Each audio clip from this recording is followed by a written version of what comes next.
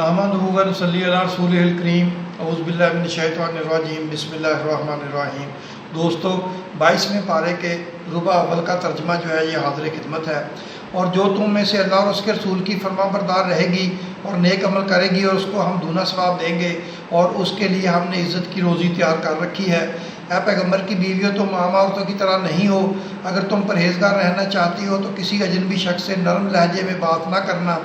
تاکہ وہ شخص جس کے دل میں کسی طرح کا روگ ہو کوئی امید نہ پیدا کر لے، اور دستور کے مطابق بات کیا کرو اور اپنے گھروں میں ٹھہری رہو، اور جس طرح پہلے جاہلیت کے دنوں میں زیب و زینت کی نمائش کی جاتی تھی اس طرح اظہار زینت نہ کرو، اور نماز پڑھتی رہو اور زکوٰۃ دیتی رہو اور اللہ اور اس کے رسول کی فرما برداری کرتی رہو۔ اے پیغمبر کی گھر والیوں، اللہ چاہتا ہے کہ تم سے ہر طرح کی ناپاکی دور کر دے اور تمہیں پاک صاف کر دے، اور تمہارے گھروں میں جو اللہ کی آیتیں پڑھی جاتی ہیں اور حکمت کی باتیں سنائی جاتی ہیں ان کو یاد رکھو، بے شک اللہ باریک بین ہے، باخبر ہے۔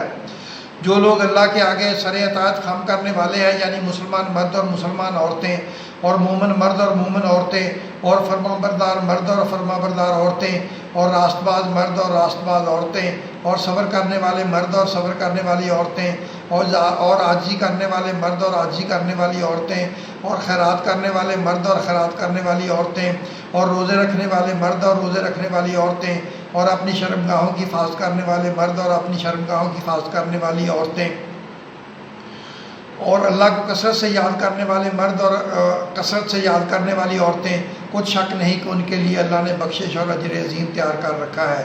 اور کسی مومن مرد اور مومن عورت کو حق نہیں کہ جب اللہ اور اس کا رسول کوئی بات طے کر دے تو وہ اس کام میں اپنا بھی کچھ اختیار سمجھے، اور جو کوئی اللہ اور اس کے رسول کی نافرمانی کرے وہ بالکل گمراہ ہو گیا۔ اور جب تم اس شخص سے جس پر اللہ نے احسان کیا تھا اور تم نے بھی احسان کیا تھا یہ کہتے تھے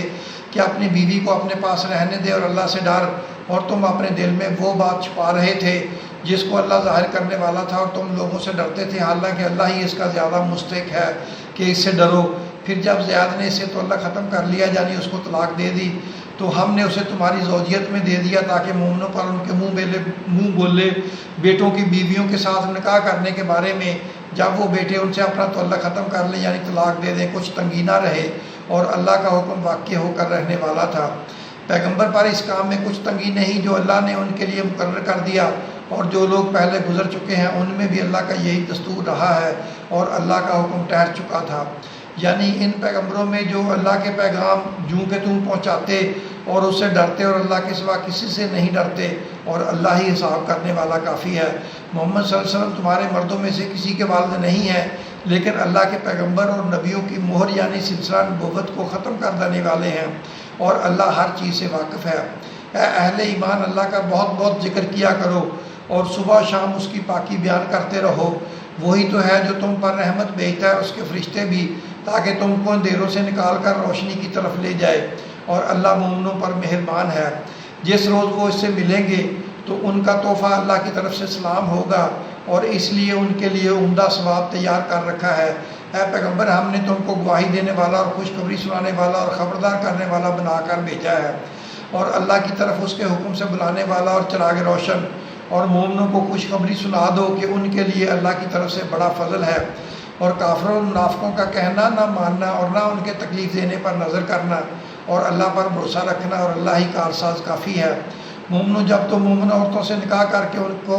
ہاتھ لگانے یعنی ان کے پاس جانے سے پہلے طلاق دے دو تو تم کو کچھ حق نہیں کہ ان سے عدت پوری کراؤ، بس ان کو کچھ فائدہ یعنی خرچ دے دو اور ان کو اچھی طرح سے رخصت کر دو۔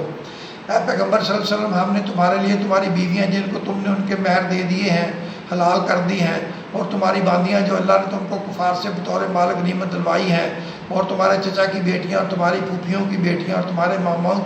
ماموں کی بیٹیاں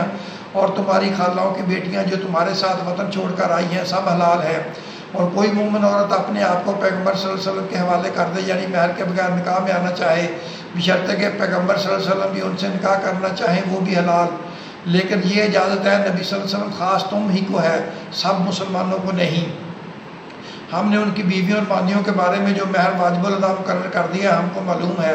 یہ اس لیے کیا گیا ہے کہ تم پر کسی طرح کی تنگی نہ رہے، اور اللہ بخشنے والا ہے، مہربان ہے۔ اے پیغمبر صلی اللہ علیہ وسلم، تم کو یہ بھی اختیار ہے کہ جس بیوی کو چاہو پیچھے رکھو اور جسے چاہو اپنے پاس رکھو، اور جس کو تم نے پیچھے کر دیا ہو اگر اس کو پھر اپنے پاس طلب کر لو تو تم پر کچھ گناہ نہیں۔ یہ اجازت اس لیے ہے کہ ان کی آنکھیں ٹھنڈی رہیں اور وہ رنجیدہ نہ ہوں، اور جو کچھ تم ان کو دو اسے لے کر سب خوش رہیں، اور جو کچھ تمہارے دلوں میں ہے اللہ اسے جانتا ہے، اور اللہ جاننے والا ہے، بردبار ہے۔ اے پیغمبر صلی اللہ علیہ وسلم، ان کے سوا اور عورتیں تم کو جائز نہیں، اور نہ یہ کہ ان بیویوں کو چھوڑ کر اور بیویاں کر لو، خواہ ان کا حسن تم کو کیسا ہی اچھا لگے،